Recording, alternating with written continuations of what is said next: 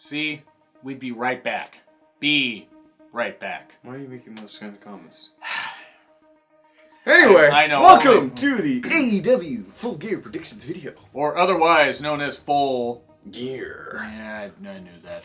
One match was just added right after we did our AEW Dynamite review of the one in Charlotte. The Chairman, Shawn Spears versus Joey Janela.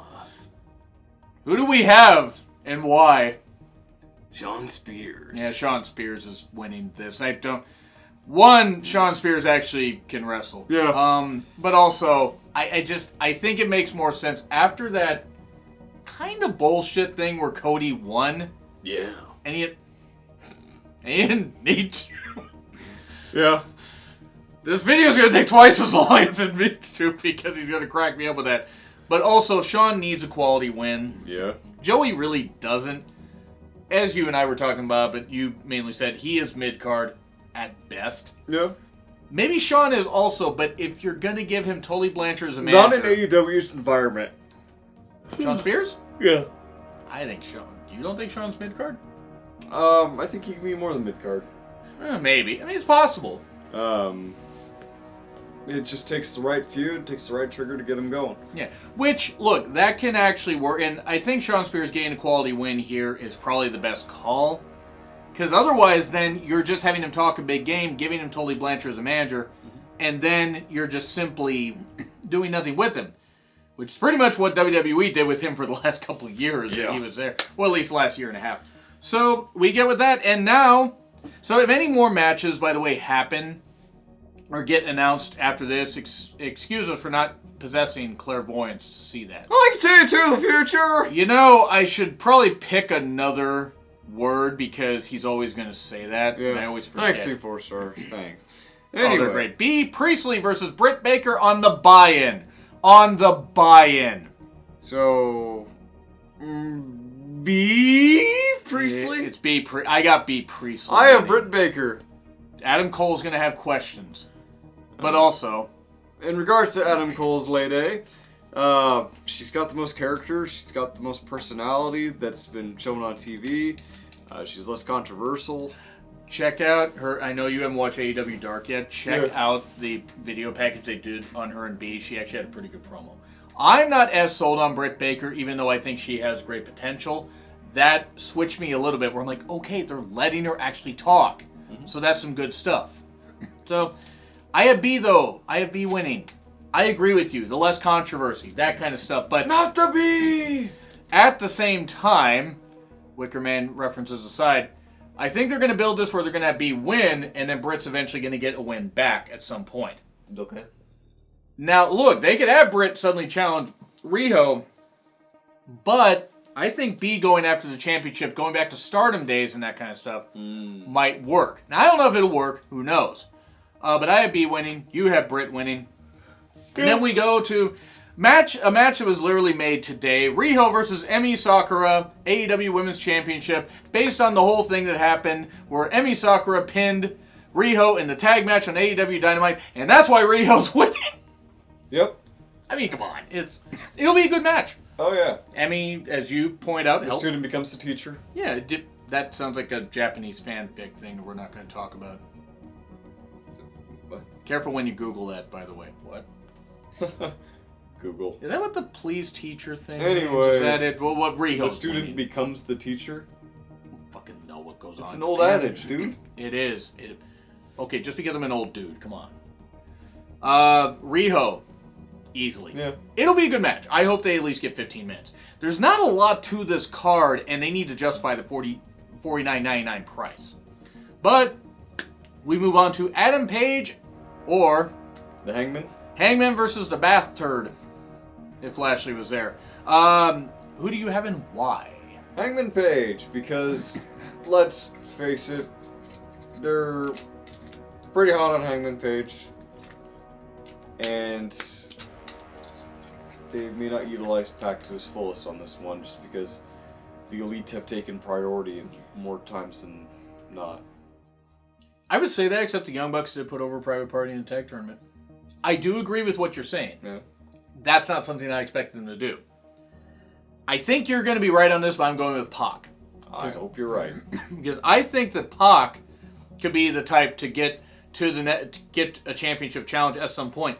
With Hangman, it's going to take longer. He stalled after the G1 last year. Yeah.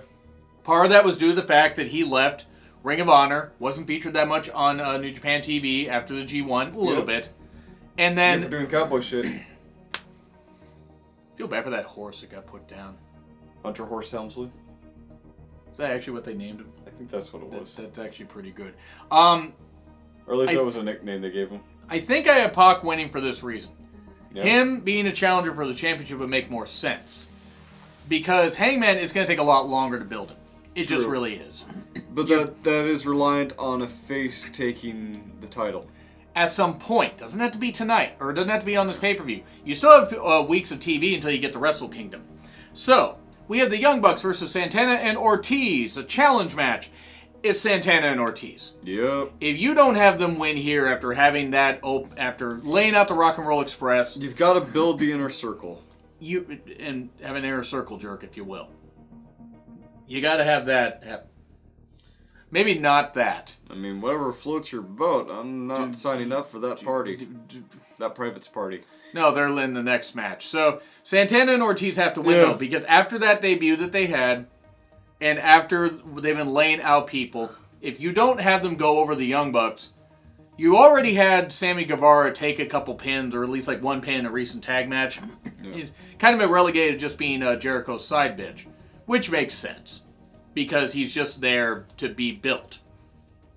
But with Santana and Ortiz, with their reputation coming off of Impact, great run that they had, by the way, as the second incarnation of LAX. They definitely weren't lax.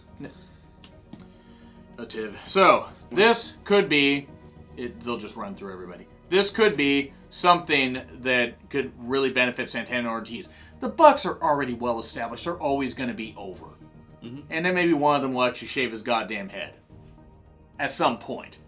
I know something about going bald, so... Anyway, Santana and Ortiz... Now we go to the Lucha Bros versus SCU versus Private Party, three-way tag title match. Another match made tonight on AEW Dynamite. As much as I love SCU, I really do the Lucha Bros. You should see his notes. He initially wrote Lucha Bros, crossed that out, put down SCU, crossed that out, and then wrote Lucha Bros again. Because I thought maybe SCU will retain. I got the Lucha Bros winning. I was debating between the Private Party and the Lucha Bros, which is why it currently says Pucha Pros. Yeah. They're in Puta Bros. I didn't do the writing. Yes, my handwriting sucks. I know. I have the Lucha Bros winning. I've never seen a 5 look like an F before, but thank you for that. It is kind of... Anyway, yeah, I've got the Lucha Bros as well. It just... The thing is Private Party winning would be cool, but I think it would be out of nowhere. SCU winning was shocking. Yes, the Lucha Bros have a lot of... Sometimes the private parties are the best private parties are the ones that are surprises. Surprise! Anyway, the Lucha Bros winning, yes, they are on a part of a lot of promotions. Yeah. Where they're doing a whole bunch of appearances. Them appearing on AEW TV as the champions would just lend them more credence. SCU doesn't necessarily need them. Now, if SCU retains, I'm not going to be upset, but then you have Private Party take the pin. You kind of wrote yourself into a corner on this. Mm-hmm. But it's going to be a good match. It's going to be give it about 15, 20 minutes. It's going to be really good. Yeah. Well, maybe not 20, because I think they'll have a...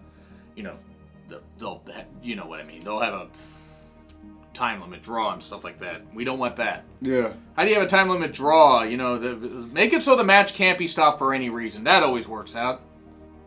Wait.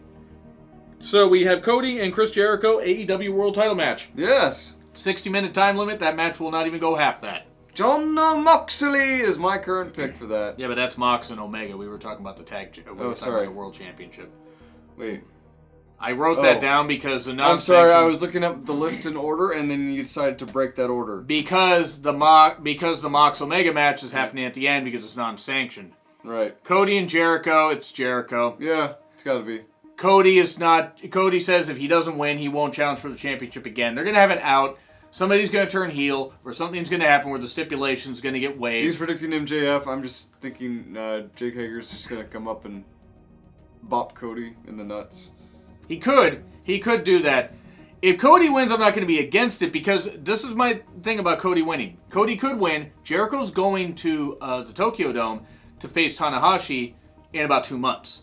You may not want your world champion to lose on a big stage like that, but he could always lose it on TV at some point. Yeah. I think that would work. But we have Mox and Omega. Yeah. Non-sanctioned match, which is probably going to close the show. Lights out match. It is Mox. It's got to be Mox. It's got to be. Omega doesn't need it. No. And watch him have Omega win it. That'd be weird. It that would make no goddamn sense. It just story-wise, it makes sense for Mox to keep winning. Yeah. But for none of his wins to count. Right, because he's getting upset because he can't be contained. His violence cannot be contained. You cannot restrain my fury! Fury! It's going to be on SmackDown coming up. Furious. So, that's what we have for that. Now, who knows what other matches they're going to add? They could add a 6-man match at some point. I have no idea. Right. They could add a 6-man match at some point for the buy-in. Keep certain people out of the ring, and you're fine with it. Have it be a random 6-man tag match, something like that. Yeah. Have Jungle Boy be in it. Give him a quality appearance, like he deserves. So yeah, that's it. No, that's all we got. What do you guys? That's all she wrote. And that's all he wrote, too. Leave your predictions down below in the comments. Hit the like, hit the dislike, hit the subscribe, the bell. I've got a bunch more videos coming up. I'll have an NXT review up after this, an American Horror Story review, and some other stuff. Yay! We're going to have a SmackDown review, a Dr. Sleep review. Possibly. It all Maybe. depends on plumbing. Long story. True.